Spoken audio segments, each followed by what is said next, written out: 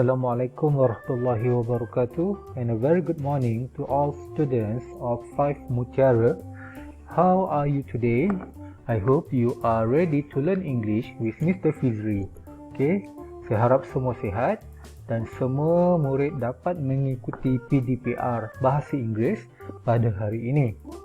Okay, today is Sunday, 8th of August 2021.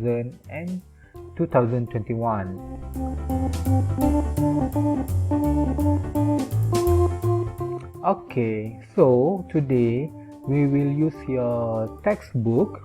Okay, I want you to open your textbook page 56. Okay, 56. Well, the topic is about food and health. Okay, food and health. Tajuknya adalah berkaitan makanan dan kesihatan. Alright, so I want you to answer these questions. Number 1, 2, 3, 4, 5. Okay, 5 questions only.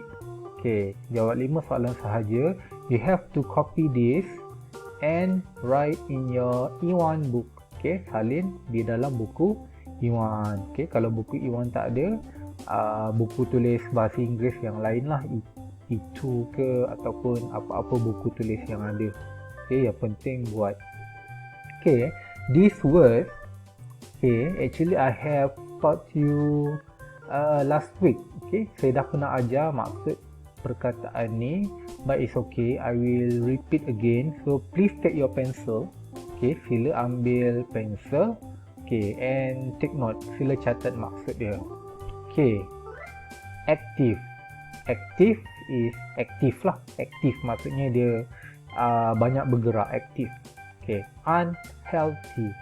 Unhealthy, tidak sihat ataupun tidak menyihatkan. Okay, unfit. Unfit. Unfit ni tidak cergas. Maksudnya dia tak boleh nak melakukan banyak aktiviti. Un maksudnya tidak. Okay, kalau fit dia cergas, unfit tidak cergas. Okay, well ni sihat. Okay, well, sihat. Hungry, lapar. Hungry, lapar. Fit cergas. Okay, fit ni contohnya kalau dia banyak bersukan, banyak buat aktiviti fizikal, so dia adalah fit. Okay, thirsty. Dahaga ataupun haus. Tired is penat. Lazy, malas. Healthy, sihat ataupun menyihatkan. Ill maksudnya sakit.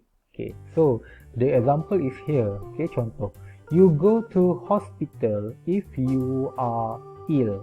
Kamu pergi hospital jika kamu sakit. So ill dah tak boleh lah. Ill is taken, dah ambil. So question number 1. An person does a lot of activities.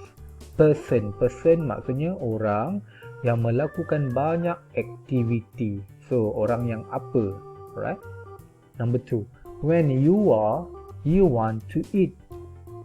Bila kamu mahu makan. Okay, bila apa?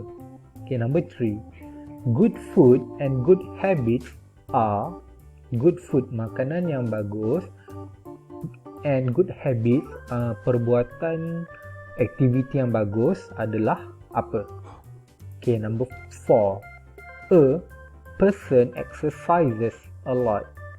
Okay, orang yang banyak bersenam. Orang yang apa yang banyak bersenam? Okay, number 5. When you don't sleep, you are. Bila kamu tak tidur, kamu akan apa? Right? Very easy. 5 questions only. So copy these questions in your E1. Salin dalam buku E1 and answer the questions. Please underline your answer. Sila gariskan jawapan. Okay, sila gariskan jawapan. Okay, I think I want to help you for question number 1. Okay, saya nak tolong soalan number 1. An person does a lot of activities. Okay, so orang yang banyak melakukan aktiviti ni orang yang apa? So kita tengok jawapan ada dua yang sesuai. Active, an active person ke ataupun an fit person. Okay, so dua-dua pun sesuai, but look at the word an, A-N-N. Selepas an, perkataan seterusnya mesti bermula dengan A-E-I-O-U. So yang mana bermula dengan A-E-I-O-U? Active ke fit? Okay, so the answer is active. So number one, the answer is an active person does a lot of activities. Alright, so siapa yang tengok video saya, number one mesti dia betul. So siapa yang tak tengok, number one nanti dia akan salah. Alright, so that's all for today and thank you.